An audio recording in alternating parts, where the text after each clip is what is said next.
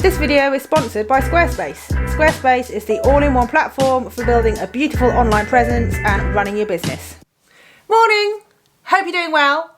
In today's video I am going to go for a short ride to test out my bike setup and gear that I'm going to be using for Barebones 200 later this week.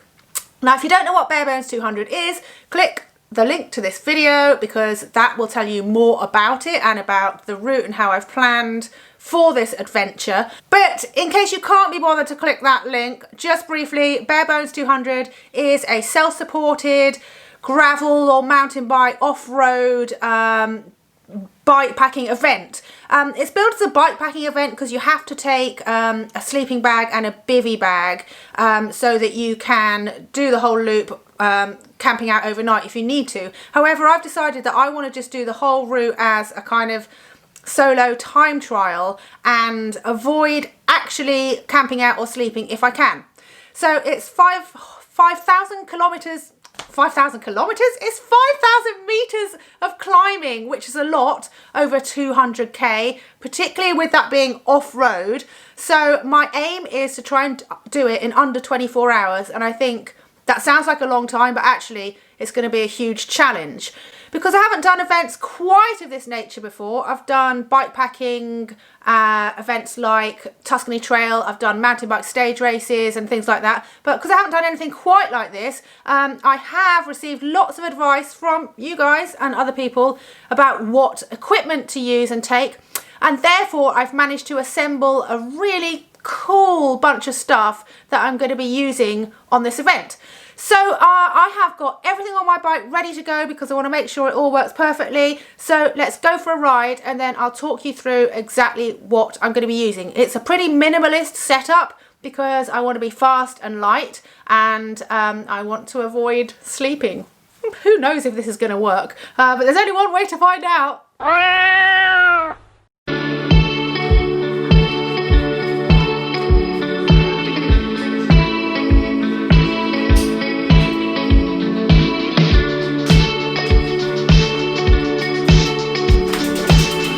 Let's go.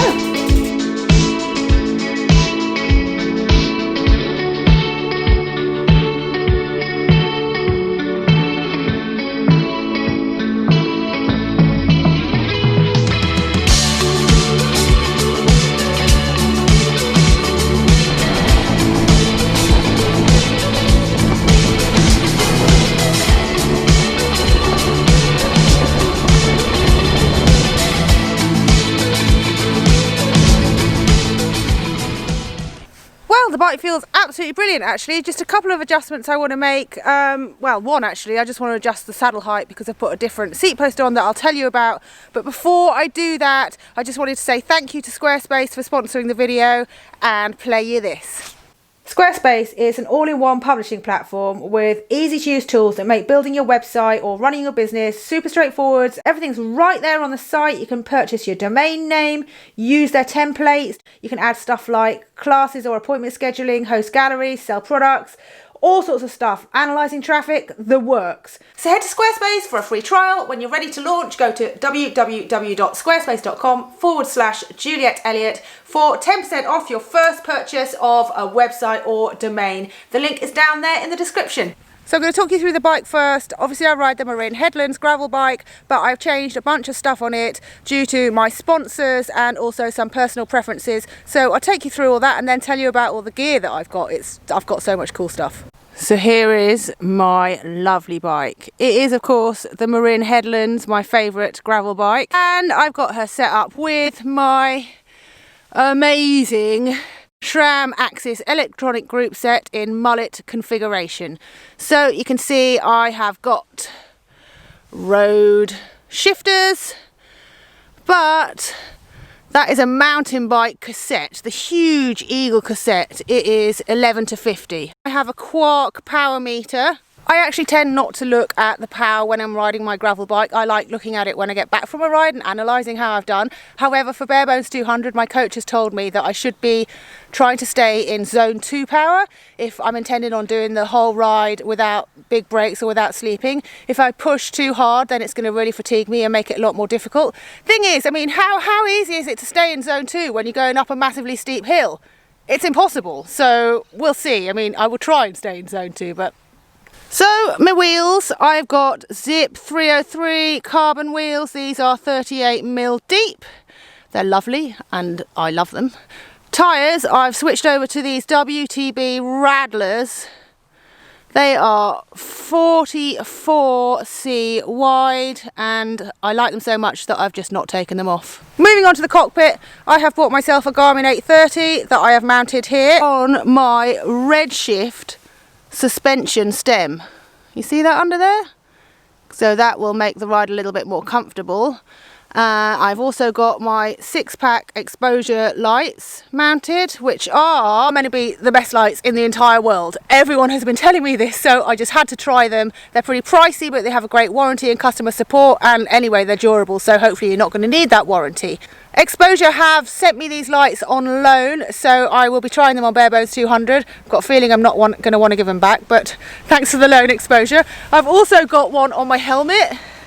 This is the Diablo. The 6-pack is also reactive, which is, I just don't even understand how they do that, but basically it can figure out if you're going fast or slow and adjust the beam of the light, thus saving energy. So if you are very slowly climbing up, well, a climb, it could dim the light because you don't need so much light to see where you're going.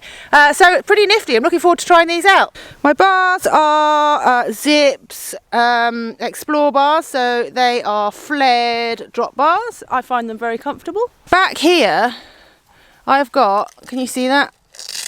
Maybe I should show you a bit better. This is a Redshift suspension seat post. I've been umming and ahhing about putting this Redshift suspension seat post back on my bike. I've had the stem on my bike for a long time and I find that that makes the ride pretty comfortable. But in the end I decided having a bit more comfort over this really long ride that some people are doing on mountain bikes would be a good thing. So I've put the suspension seat post on, I went for a little ride as you saw and it feels pretty good. Hopefully I'm not going to have to tweak it on the ride because you can adjust the tension, etc. I don't want to have to do that, which is why I'm testing my bike now. Inside the seat bag, I have got the mandatory bivvy bag and sleeping bag. I have got Dave's little Decathlon sleeping bag. I have got this Alpkit Hunka bivvy bag. These come highly recommended by absolutely everyone. I've also got this Thermarest sleeping mat that Dave and I got to go to Japan on our honeymoon. I have been given a tip about these races and your sleep systems, in that what you can do is you get your bivvy bag and you put your sleeping mat inside it at the bottom and then your sleeping bag inside it over that. You roll the whole thing up together, so when you want to quickly sleep you take the whole lot out, it's all ready to go, you just got to inflate the air mat. That sounds pretty cool, but I'm not going to do that because I'm not going to sleep, I think. In the front bar bag I have got a lot of food. I am taking a bunch of Maxi Muscle gels. Some of these have got caffeine, other ones haven't, so I'll start off obviously on the ones without caffeine and then move on to the caffeine ones later in the day. I've also got some carbohydrate drinks powder and some energy bars, so I'm planning to try and have a bar, a gel and the drinks powder each hour, roughly speaking, and then every few hours I will try and have something savoury. I might take some burritos or bagels or pasties or something, so every few hours I can have something different, because if I'm just on gels and bars for 24 hours it's gonna suck. This is my jacket and everything. I might switch this around because I don't want my rain jacket to be so inaccessible actually, but let's show you what I've got. This is my amazing pedaler jacket, my favourite for bike packing because it packs down super duper small. It's really awesome because look, it's got this kind of fleecy lining. Can you see that? fleecy lined inside, so it's super insulated, really super insulated and warm. I also have a waterproof jacket. This is the Pedal Ed Odyssey jacket. I think it's got reflective bits on the back, so that's really important for staying safe. I have a first aid kit with some basic supplies, and of course a toolkit. Shall I talk you through this? I've got 2 spare tubes. Actually there's one, the other one must still be at home. So 2 spare tubes, even though I'm running tubeless tyres. I have got CO2 and a valve for inserting the CO2. Got puncture repair stuff, I've got a tyre boot, a ton of zip ties, tyre levers, a multi-tool. This is a Dyna plug, can you see that? I think it's called a Dyna plug, but it's a tubeless repair thing. So you just bung that into the hole in your tyre, this bit pulls off and it leaves behind a rubber plug that seals the hole. Dear, it's raining quite a lot, my camera's getting wet. Let me hurry up, I'll put these away and then we'll finish off with the last bits and pieces. Oh dear. Last thing that I'm taking is this. It is a hydration backpack. Now I prefer riding without a backpack, but you can't really fit enough water on my bike without getting some extra fork adapters and stuff like that. It's just easier to take a hydration pack in my backpack. At some point I'm going to try and get a custom frame bag that will go in here, you know, in the main frame triangle. I could get a custom bag to go there and have a hydration pack inside that. I've also got my Pedal Ed gloves, and last but not least, a buff. So that's a neck warmer or a hat or a face mask for going any shops, and that's your lot. So that's it, that's my setup for Bare Bones 200. It's quite a lot less than I took on Tuscany Trail, but then Tuscany Trail was 3.5 days. I'm hoping to do Bare Bones 200 in less than 1 day.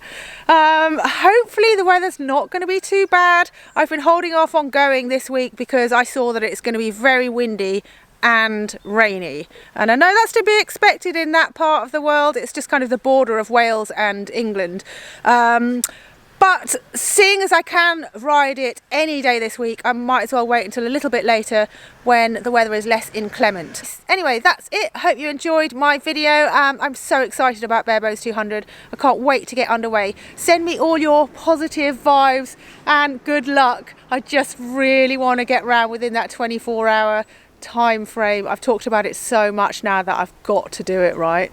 So yeah, watch the next video to find out if I do. See you later.